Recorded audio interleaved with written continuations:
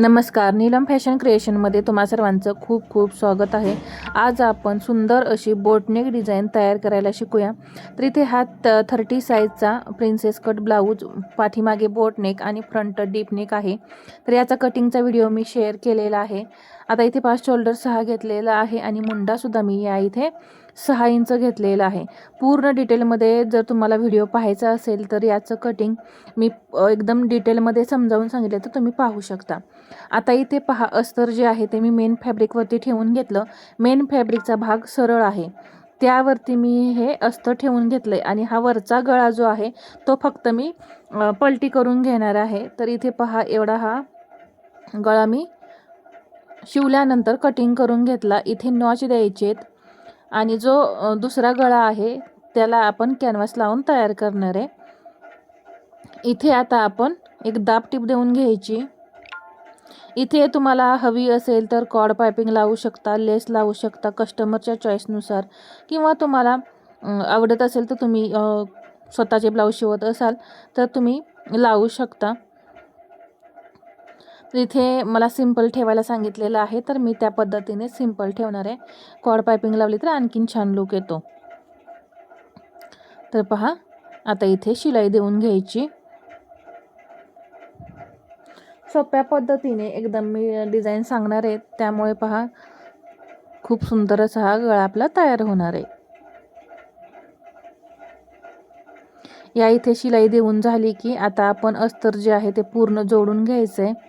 तर इथं साईडला आपण शिलाई देऊन घेऊया।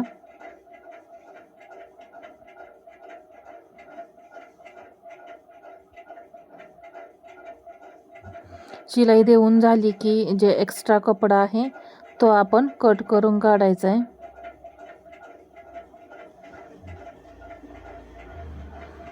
फ्रंटमध्ये मी पान गळा घेतलाय आणि बॅकला या पद्धतीचा गळा आहे।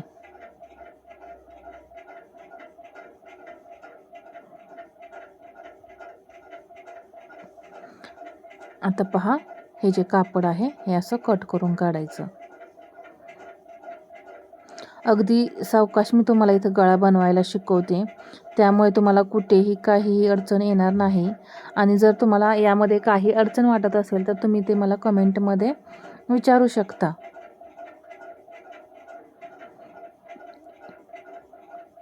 इथे मी कॅनव्हास लावून ते डिझाईन तयार केलेली आहे। पहा, आता काय करायचं, आधी सेंटर करून घ्यायचा याचा।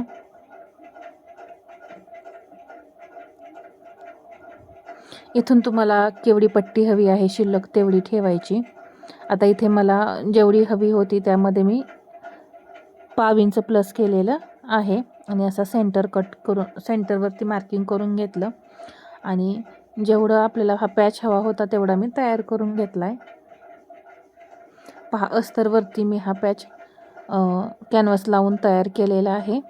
तुम्ही या पद्धतीने ठेवू शकता किंवा असाही ठेवू शकता।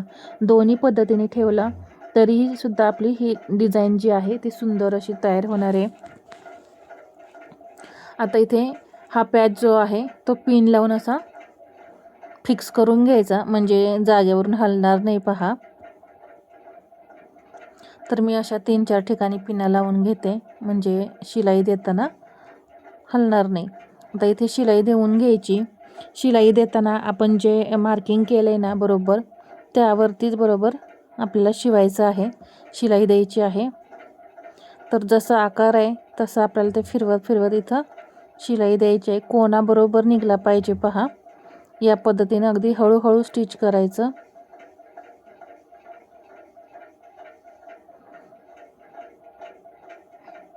तर इथे पहा, अगदी हळू असं इथे मी शिलाई घेतलेली आहे आणि सुरुवातीला आपल्याला लॉक करायचं आहे, लास्टला सुद्धा असंच लॉक करायचं आहे, म्हणजे परत तिथली शिलाई आपली निघत नाही। आता आपण हा भाग जो आहे मधला तो कट करून काढूया। तर पहा, असं मी सेंटर करून इथं हा कट करून घेतलेला आहे भाग। कट केल्यानंतर असं नॉच देऊन घ्यायचे, कट देऊन घ्यायचे। आता इथे टोक आहे तर इथे जरा जास्त कट देऊन घ्यायचा, बाकीचे इथं छोटे छोटे असे कट देऊन घ्यायचे. आणि पहा इथं कोपऱ्यामध्ये कोना आहे, इथे सुद्धा आपल्याला कट देऊन घ्यायचा आहे, तरच तो व्यवस्थित असा पलटी होतो. तर पहा इथे अशा पद्धतीने हा कट द्यायचा आणि ते असे छोटे छोटे कट्स द्यायचेत.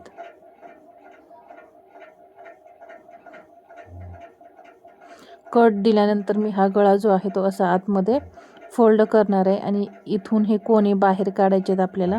आणि जसा आकार आहे तसा सेम आपल्याला इथं गळा तयार करायचा आहे. तर हे मी आधी पलटी करून घेते.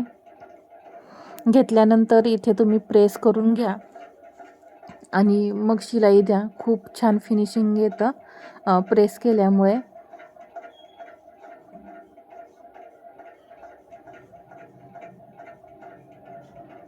जसा आकार आहे तसंच शिलाई देत यायचं आहे. अगदी सावकाश शिलाई द्यायची, कुठेही चून वगैरे पडली नाही पाहिजे.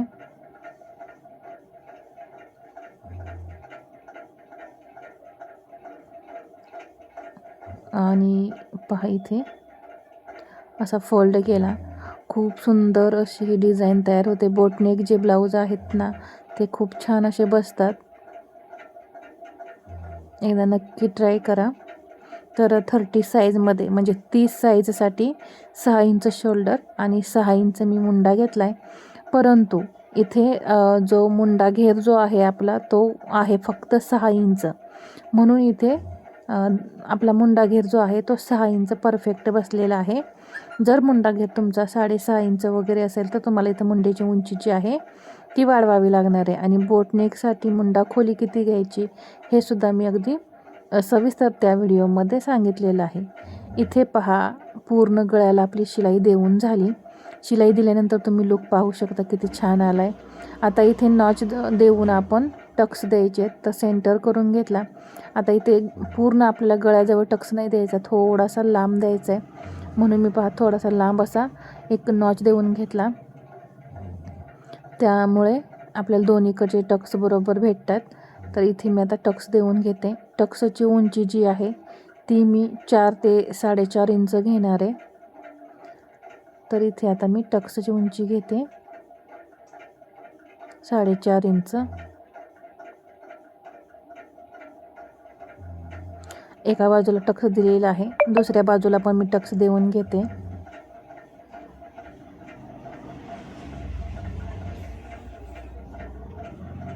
कंबरपट्टी आता लावून घेऊया.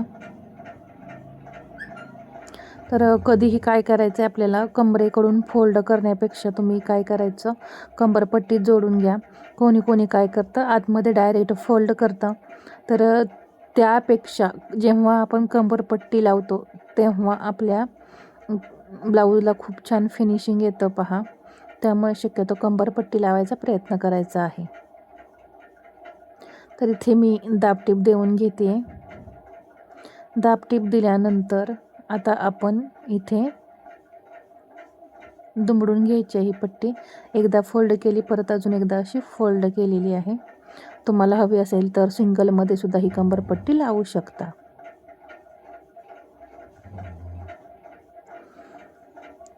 कंबरपट्टी लावून झाल्यानंतर इथं मी काय केलं आहे, आधी स्लीव्स कटिंग करून घेतली आणि स्लीव्स कटिंग करून झाल्यानंतर जे काही ब्लाऊजचे काठ राहतात त्या काठाचा उपयोग मी इथं कमरेला लावण्यासाठी केलेला आहे. तर इथं पाहू शकता मी पूर्ण ब्लाऊज कंप्लीट केला आहे आणि कमरेला इथं मी तो शिल्लक राहिलेला काठ जोडलेला आहे.